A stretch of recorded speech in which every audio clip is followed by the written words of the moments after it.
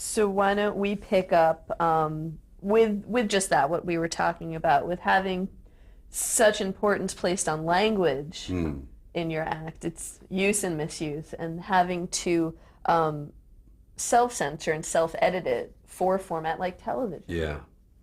Yeah, the fact that it took so long for me to recognize that I was in the wrong place with what I had to offer is always will probably surprise me when I think of it. I think we should start out with that on tape. Oh, we're on tape. We're rolling. I'm sorry. Oh, I'm sorry. That's okay. Sorry. Continue. That was very good. Okay, yeah. Rephrase for me. Rephrase. Reset. Okay. Reset. Well, sorry. Off camera, we were talking about how oftentimes on television, commercial television, like the Sullivan Show, Yeah. you would have to curtail either change the content, Right. change the language Yeah. of your act, which is really based in language, and what that was doing to you. How much do we lose? How much of the comedy are we losing when television forces those constraints?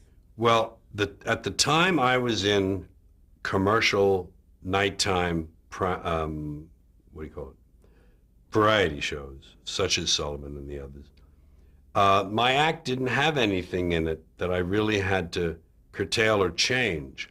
It would have been more content than words. I didn't use any objectionable language so much as, I'll give you an example on Sullivan.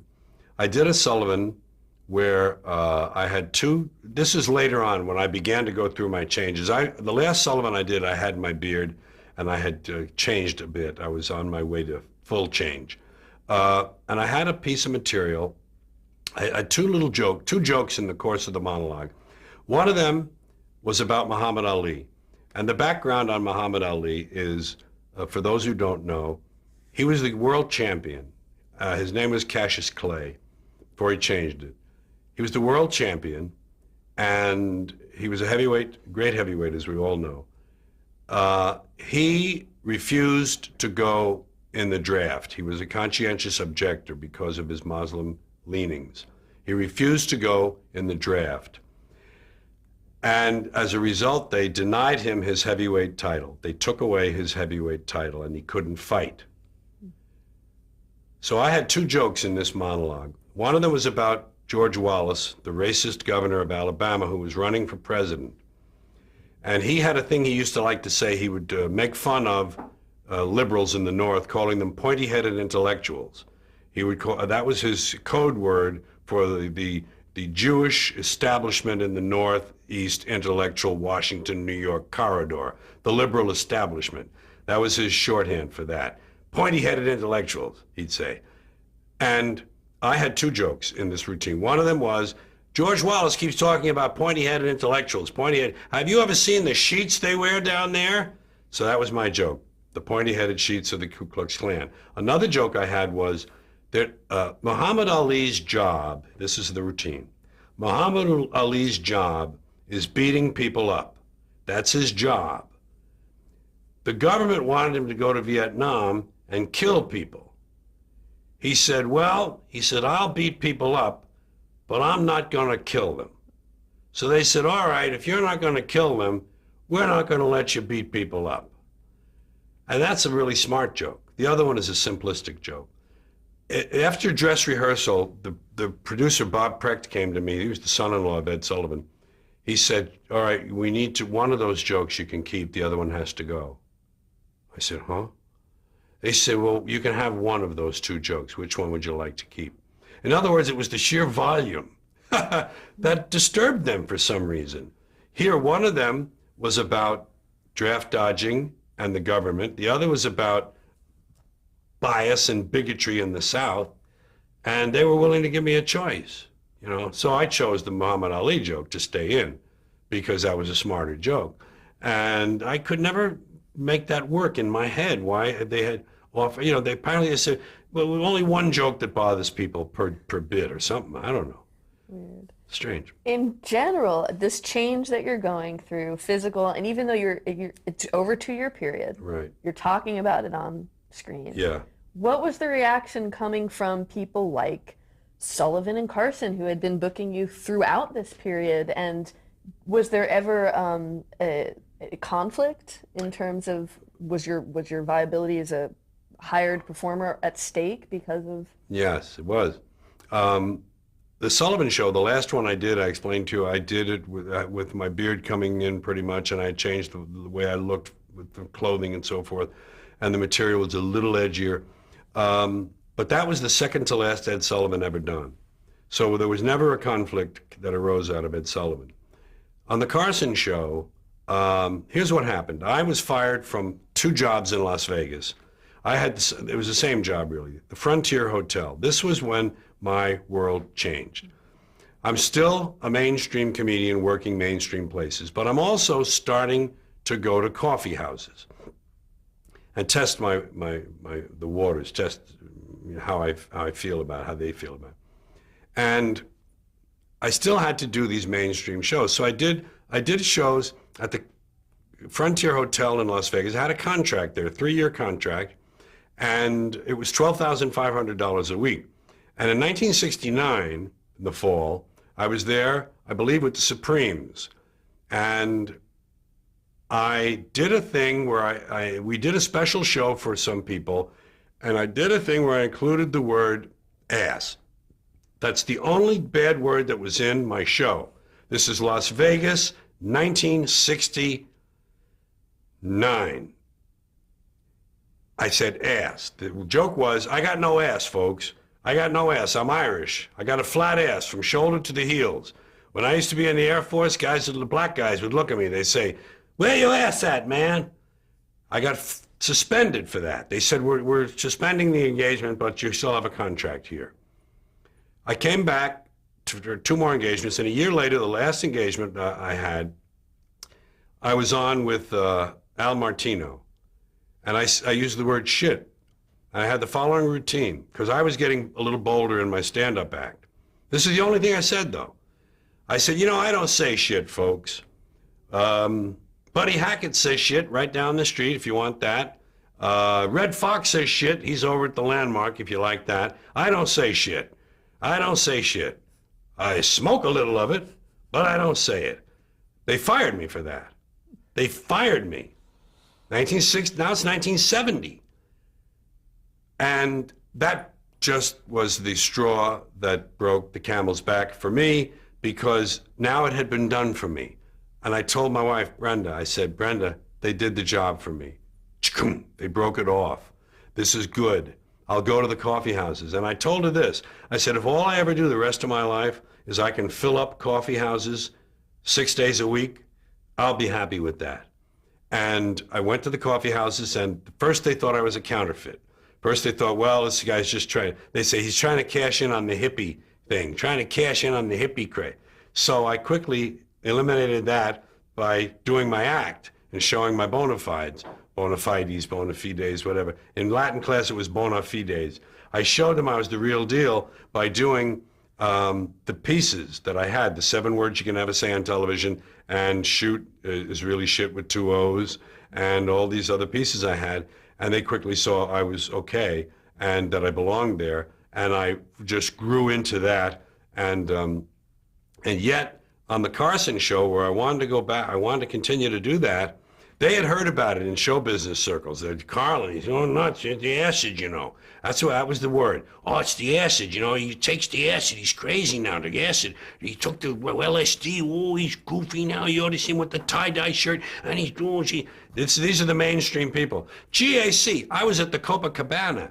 I was in this transitional period, and I hated that fucking place. It's everything I didn't want. And I was working there. I was opening for Oliver. It was Christmas and New Year's at the Copacabana, and I died night after night. The band had to sit on stage. They don't leave when you come on. They sat on stage, and I was just fucking dying. I had this fucking suit on, and I was dying. And what I started to do was to tell the audience, I'd say, listen, I don't belong in this place. You know what? This place should have closed 20 years ago. If I see Cesar Romero dance by one more time, I'm getting out of here. Dennis Morgan was up at the top throwing people down the stairs. This place is old-fashioned. I don't belong in these places. I want to go to the colleges where they'll understand me. And they'd fucking look at me like this, and he would never fire me, that fuck. Jules Podell. He had the big ring. That was his traditional thing. He'd sit in the back with the big ring and bounce it on the fucking table if he didn't like you. No matter who you were, if he didn't like you. It could be Sammy Davis. Dong, dong, with the ring. And I just would keep, and they wouldn't fire me because they knew they had to pay me for the whole time. And finally, I would do this. I would lie down on the floor and I would describe the ceiling to the audience. This is a dance floor, same level as the tables. Now they're looking down at me. I lay under the piano. I went under the piano and I lay there and I described the things. I said, there's a piece of paper. It says Steinway approved 3507752. It was Dada is what it was. I was doing Dada comedy. I was doing nonsense just to let them know. And the GAC heard about this. And Buddy Kaye, wasn't he one of the big honchos? Buddy, God damn it. Buddy was a big dude at GAC, and all the agents, Stan Scotland, Vic Jarmel, they're all hearing it. He's crazy, he's going crazy, it's the acid. They did to Mr. Kelly's, he walked out. They all come in and they're sitting back at the table, and I said, as I'm doing the show, I start with my regular shit and it's not going anywhere, and I said, you see, I don't belong in these fucking places. Put me in the colleges. You guys, I'm looking right at their table. There's about 7 of them. I said, put me in the colleges. Put me on the college circuit. That's where I belong. You know, and I don't remember anything else about that night. But at the last night of the engagement, I'm up there and I'm doing whatever I was doing by then. And what they had the theatrical decency to do, they just, in the middle of my act, not even at the end, they just turned the light down ever so slowly, went to black, and they cut my mic. And man, that was it. And I said, I didn't know the exact words of Martin Luther King, free at last, but I said my version of that. And I was free. And then the Copacabana came not long after. The Frontier Hotel came not long after. And it had happened, the transition, it was a forced birth. It was a forced birth. And then I went to the coffee houses and I was given a chance at Santa Monica City College, it was called then. Santa Monica City College had an amphitheater, about 900. And Mort Saul was supposed to appear with the band Spirit, big band at the time. And Mort was sick and couldn't get there. And I was asked to fill in. I'd never done a college audience in my new self. I had done a few as the old, wonderful wino, the happy doodly, middle America guy at the square colleges. But I'd never done a really college audience in the 60s kind of thing. And I got there and I started my stuff and I killed and they give me a standing ovation. And I thought, this is it, man. I'm gonna do it. It's gonna fucking work. And I went out to the Ice House and I did a show there to show these people that I could do this. And I drove my brand new Trans Am out there and parked it on a side street near the Ice House. And while I was in the club doing my new stuff and getting these people on my side, a car sideswiped mine and just completely wrecked the left side of my car. And I went out and I looked at it and I thought, this is a message. This is a test to see if I mean this. This is my nice new mainstream car, my real, kind of old-fashioned toy, and somebody sideswiped it and ruined it. And I was in my, I just looked to things that be symbolic for me, and that meant a lot. And I managed to get the door open and drive home. I might have had to go on the other side, can't remember.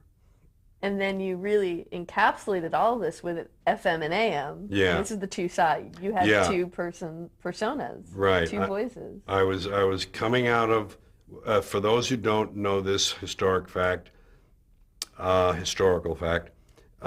60s and 70s, FM radio was considered underground radio. They didn't have as many commercials. They could play very long cuts. They would play an 8-minute or 9-minute cut. They played the whole side of an album. FM radio was where it was at for rock music. AM was now being thought of as kind of hokey and old-fashioned, top 40, and full of commercials and hokey stuff. And FM was kind of cool and pot smoking and underground. All the jocks were pot smokers, and you could hear long cuts, like 20-minute cuts. So I knew that I was leaving the AM world and entering the FM world. And I had two sides to this album, of course. One side was the older stuff. I wanted to get it on a recording in its final form. The wonderful Wino disc jockey, the new Sports and Weather, the Indian Sergeant. Let's make a deal. I had the Divorce Game quiz show, and I had different television type stuff. That was the AM side. The FM side had shoot is shit with two O's, and the beginning of some of the things that were to lead to the next album. And that was the FM side, and those two parts of me. I did that show live at the Cellar Door in Washington, D.C. I opened for the Dillards, and I did that show, and I walked around Georgetown crying because I thought I had missed it. I thought I didn't catch it.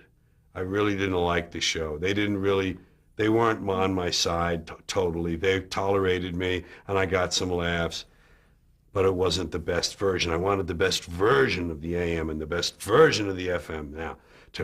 But it didn't matter in the long run because people never know what you know. The people who listen don't know what you know. You know the flaws. You know it was disappointing. They just hear it, and it is what it is. And I walked around Georgetown crying for 20 minutes or so, and I went back to the recording truck, and I listened, and I said, okay, well, we'll just have to put this out.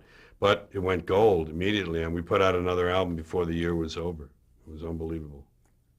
Can you talk about what inspired Seven Dirty Words? Well, I always had an interest in language and these words that were considered dirty. The left side of my brain is very active. I like classifying and indexing and filing. That's why I have a lot of files in my computer. It's why my material works, because the right brain is the creative guy, creative lady, let's say, throwing shit up in the air, and the left side says, okay, where does that fit? How does that go? Let's call that something. Let's give it a label. Let's put it with other things that are similar. Let's match them up. Okay, these go together, it's like an empire building thing. So the left side of my brain got curious about which words you could never say on television, because I would notice, it was just common knowledge, but I noticed it specifically, that you could talk about a female dog and say the bitch. The bitch is in heat, and that was okay on television if you were in that context. And bastard was okay if you were talking about William the Conqueror. It's William the Bastard, or the bastard son of so-and-so. You could say that in context. So I knew the words weren't. I said, well, those words aren't bad words then. They're an ass. You could say, yes, Jesus rode into Nazareth on an ass. And come is okay if I'm going to come in the house in a minute. I said, let me separate these. Which ones don't have saving meanings? Which ones don't have a saving grace to them? And I tried to isolate them. Well, balls is okay, box is okay, snatch is okay, pussy is okay, cunt, no, doesn't have another meaning. Cunt is on the list. Fuck, hump has got a meaning, lay, screw, ball, all of those have other meanings. It's not the words, it's the idea. What's the word? Fuck. That's the word they don't like. It's not the idea alone. It's the idea plus the word. And that appealed to my sense of indexing. And I separated them, and then I put down those ideas into language that was entertaining. The jokes were self-evident. And I could build on that, because I could say, for instance, it's okay to say, in a Walt Disney movie, it's okay to say, let's crack open the box that the pussy is inside. Let's put a crack in the box that the pussy's inside. Or I forget how that was, but I had this whole sentence of these filthy words if you said them the wrong way, perfectly innocent if you said them the right way. So that was the joke builder there. But the language guy was interested in the words, and the thinker was saying, look, you got a dichotomy. So you don't mind fucking, it's just you don't like to call it that. You don't mind intercourse, you say that, but you don't like fucking. But even if I'm not talking about fucking, I can't say fucking. If I say, who the fuck are you? That's got nothing to do with sex, but you don't want me to say that. So it's the word. It's the word. And these were the 7 I could come up with that you can never say. Never, never, never. Now, piss has changed. They were shit, piss, fuck, cunt, cocksucker, motherfucker, and tits. And I had a lot of fun with tits because it's an innocent sounding word. But you couldn't say it at that time. Piss, interesting development. Piss is now okay on television if you're pissed off, but not if you're pissed on. In other words, if you change the preposition, you get in trouble. It's all right for me to say to you, why are you pissed off at me? But you can't say, because you pissed on me. You can't say that. So it's just a preposition. The word's the same. So anytime there's inconsistency, anytime there's inconsistency that leads to hypocrisy, inconsistency is just a wonderful thing to catch, to say, wait a minute, I gotcha. You know, you said this and then you said that, and they don't go together, you know. So that's what I love, is that gotcha moment when you catch the culture with its pants down and you say, okay, you know, now I got to dress this up. Now I got to find a way to give this to them. And that comes easy. That's the easy part. How to say it is the easy part.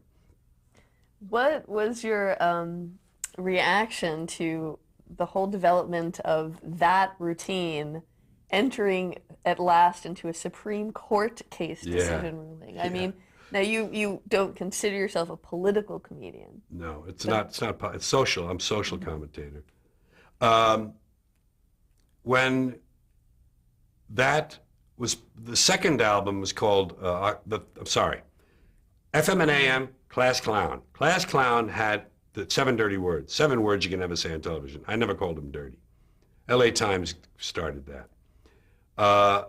The third album was called Occupation Fool, and I had an extension of the 7 words you can never say called Filthy Words. And I added things. I talked about fart, and I talked about other words that were on the edge, on the sort of like on the Twilight Zone. I talked about those words. And that piece of material, Filthy Words, was played on the radio in New York City on a listener-supported station,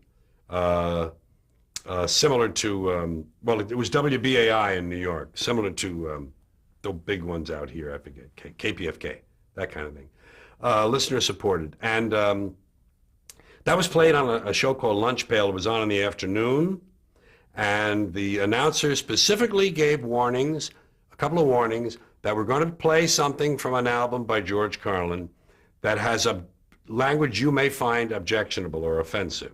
And we'll warn you when we play it. If you don't want to hear this sort of thing, tune it out at that time. So they played it, they warned, and then they played it. And there was a professional moralist in the audience, someone in his car with his son who was in his teens. This man was, I don't think he was a minister, but he was part of something I think called Morals in Media, a self-appointed guardian of the public's morals, who listened to the entire piece with his son. And apparently he did not feel the son was morally corrupted by this, nor did he feel he was morally corrupted. Just other people might be morally corrupted, and his job was to protect them. So he made a complaint to the FCC, the only complaint they got.